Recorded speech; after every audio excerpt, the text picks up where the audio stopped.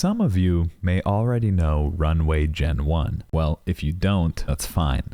Let me introduce you to Runway Gen 2. Welcome to the AI industry, the only place where you are behind yet early, out of date yet cutting edge all at the same time. Runway Gen 2 is a text to video AI platform, but it's a little bit more than that.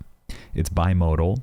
That means you can either put text or you can upload an image to get a video output. Currently in Gen 1, when we were playing around with that, it's only about 2 to 3 second clips, like how you can see here, but they are rapidly iterating and rapidly advancing their platform, and they already have a Gen 2.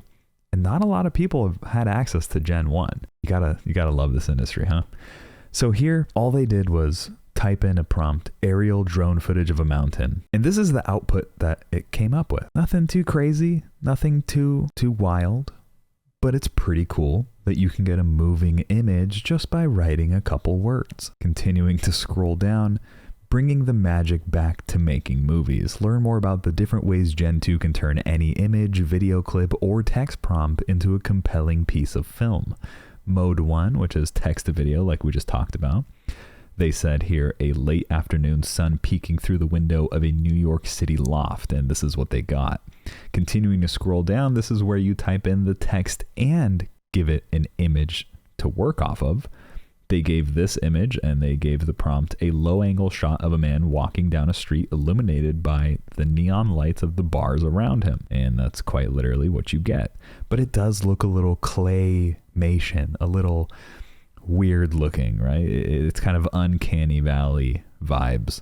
It doesn't really look too real, but you got movement just by giving it a reference and some text. So this technology is honestly pretty amazing.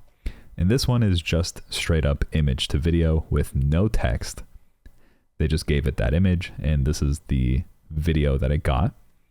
So obviously, the way that this technology works is it scans this image, it understands this is a coastal cityscape.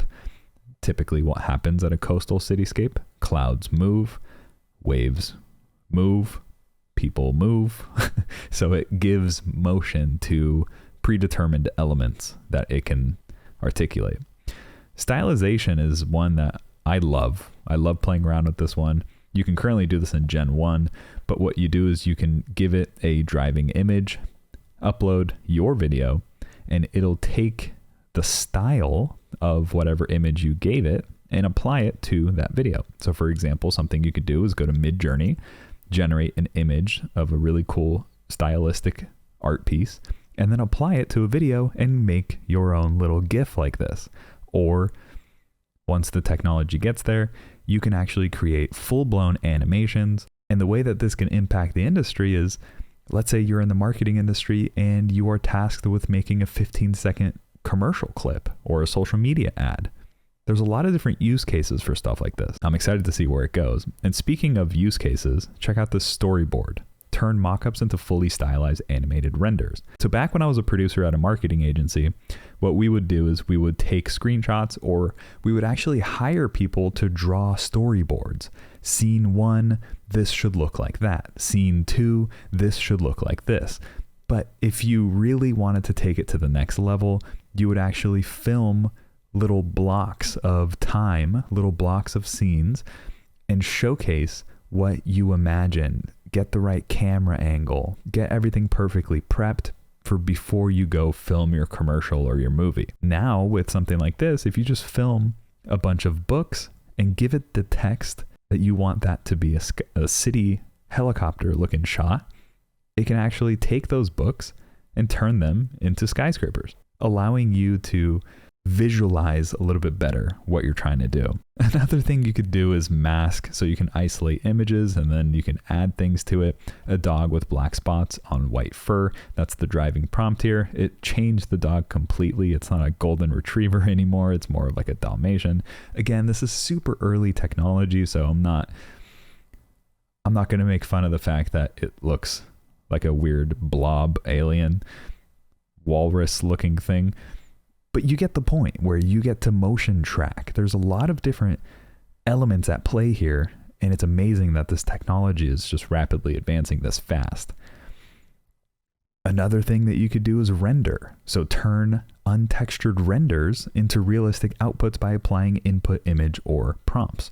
So people who work in Blender, different people who work with animation tools, again, you can put together a storyboard, or maybe if you're putting together video game assets, or if you are planning a movie, or maybe just are bored and want to create a 3D model doing something, and then visualize it in different styles. So obviously here it looks like a scuba diving person thing swimming above water. It's weird, but we're getting there. Then you have customization, so you can customize the model for higher fidelity results. Weird. It's just awesome to see how far this technology is coming in such a short period of time. Gen 1 had recently just came out, and you could apply a style like this onto a short little clip and get a video like that.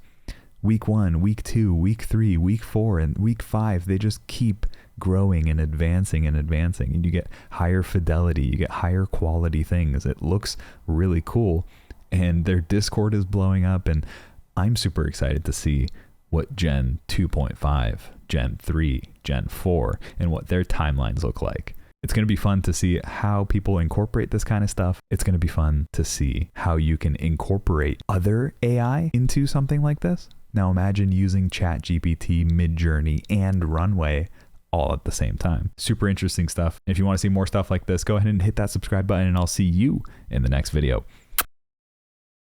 Subscribe.